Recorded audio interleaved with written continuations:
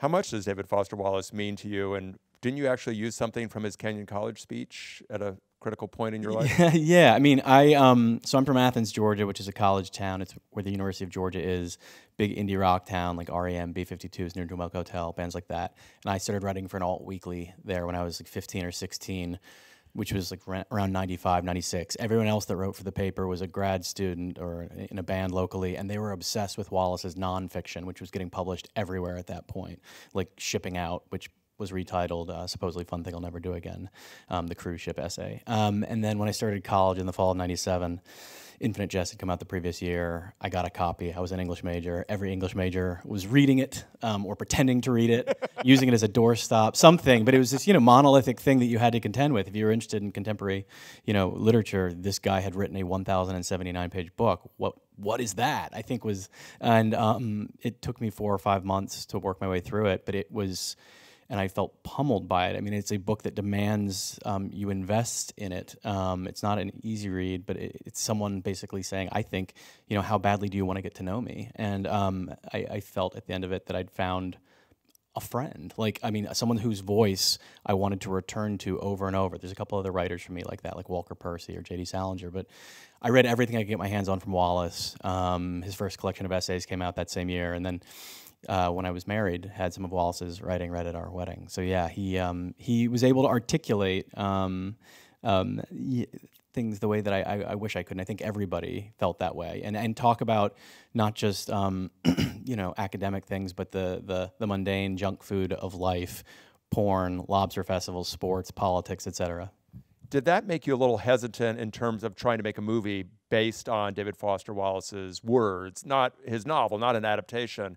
But when you're so enamored of an author, is there a hesitancy or reluctance on your part to go there? Are you worried about what that author means to you and how you're going to make that into a movie? My only worry would be, I know my intentions, which are always to try to understand someone and to come from a place of respect and no judgment.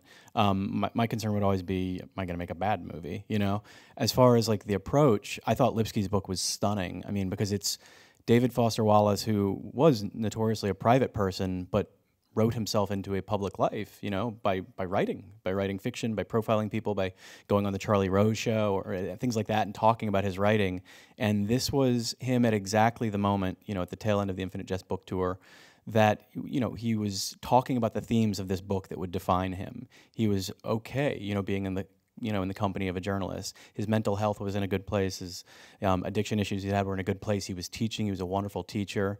This was, I think, films that deal with real lives, tend to deal with the high highs or the low lows, or that sort of the cradle to the grave biopic that starts with a bee sting and ends with a deathbed confession, right? That's inherently reductive because 2 hours is not enough time. This was a very, very subjective account from David Lipsky of a few days that he spent with this guy that he admired and envied, and how he was affected by it. Meaning you didn't have to deal with him being a writer or going on a tear and like pages going through a typewriter. You didn't have to deal with all the tropes of the genre. You could just set those all aside because they're not part of the story. And I find those tropes to be really tired.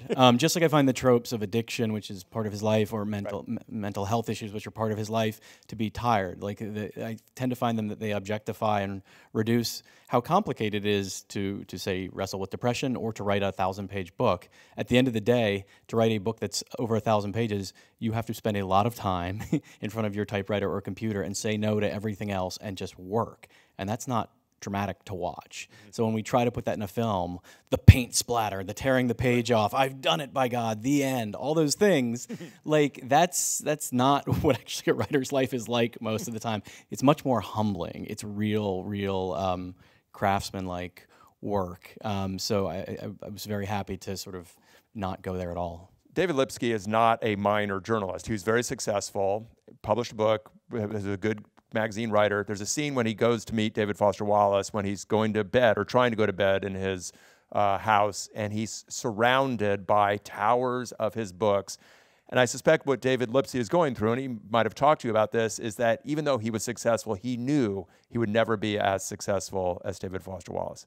Yeah, I mean, it's the ultimate phallic nightmare, right? All those books, tall stacks of books just looking down at you, shadowing you, threatening to fall on you and kill you. No, I mean, listen, if David Foster Wallace hadn't existed in the first place, David Lipsky at 30 would have been one of the most successful young writers in America. His novel that had come out was an acclaimed book, not The Way Infinite Jest was, but Whose Was, you know, his collection of short stories. I mean, his short stories ran in the New Yorker. They were great short stories. He's writing for Rolling Stone. He was very successful, but, you know, his experience, I think, is the more common one. I think it's why the story is not as inside baseball as it might seem of just, you know, how someone interviews someone. It's that, you know, everyone has someone that they've admired from afar or they've envied from afar. They've abstracted, they've measured their own success against them, whether it's someone professionally you've thought about or whether it's just an estranged relative or an ex-boyfriend, girlfriend. We've all had that person who looms large in our consciousness.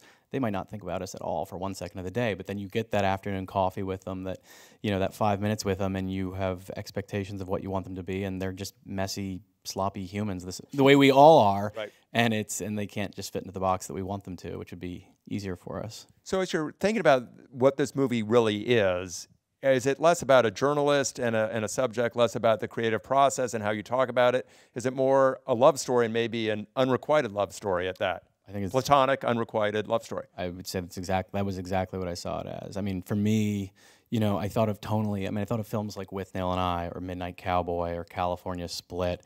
I thought about Amadeus. You know, Don't Look Back, the Dave Pennebaker documentary. You know, about Bob Dylan, right? About Bob Dylan, yeah. About the way we measure ourselves against other people, and you know, there's great conflict in wanting something from someone else that they can't give you.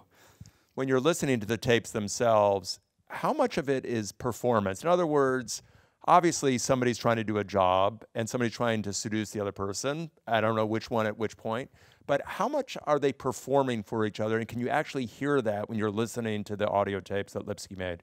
It's interesting, right? I mean, if this was just a story about two old college roommates or two brothers or something, it would be a completely different dynamic. They would be more in their natural state. There was nothing natural about this encounter. It was incredibly you know, everything that brought them there was highly surreal and specific. David Lipsky had come to write for a magazine that's published internationally and sells ad space. David Foster Wallace had written an acclaimed book and had to sell it. And also, David Foster Wallace was probably, I mean, he was, for my money, wrote the best profiles of his generation, whether it was of professional athletes or John McCain.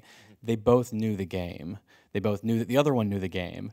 So in many ways, they were mirroring back to each other. Like both, I mean, I think David Foster Wallace genuinely wanted to make himself vulnerable. He knew that that would make for the best article, but he also didn't want to become a parody of himself either. So I think the game playing that was going on there was probably constant. And I hopefully that's some of the innate tension of the film. I mean, I think it's hard to say whether Wallace ever truly let his guard down with Lipsky. Perhaps it was all some degree of a performance. I'm not sure. Was Lipsky involved in the making of the film, and were you free, if he were, to depict him in the way you thought he had to be depicted? Yeah, Lipsky was amazing. So, I mean, Donald Margulies wrote this based on Lipsky's book and then talking to David Lipsky.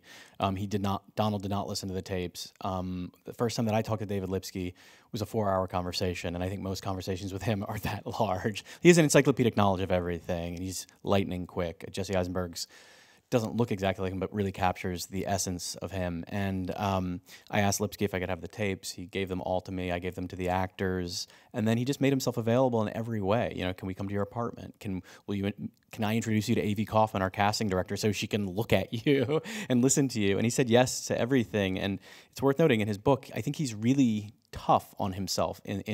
Although of course you end up becoming yourself. It's him as someone in his 40s listening to himself at age 30. Really trying to impress another guy and fight to be the smartest person in the room, which you're probably not going to be if you're in the room with David Foster Wallace. And I think that book is infused with a sense of regret and loss. So, I mean, Lipsky has some humility about him, but zero vanity. Like, he was okay with us being really tough on him. I think the film is tough and honest on him, as tough and honest as he was with himself, but he was very protective of David Foster Wallace, of us getting the details of his life, right? Of us being generous, but the tiniest of things, you know, no, he would not say this to like one of the dogs. He would talk to them in this way. He loved his dogs, you know, things like that. I mean, this was like at a script level, and we just picked his brain, and he was great. And we showed him the movie before Sundance, and then he came to the Sundance premiere, and yeah, he's been really lovely.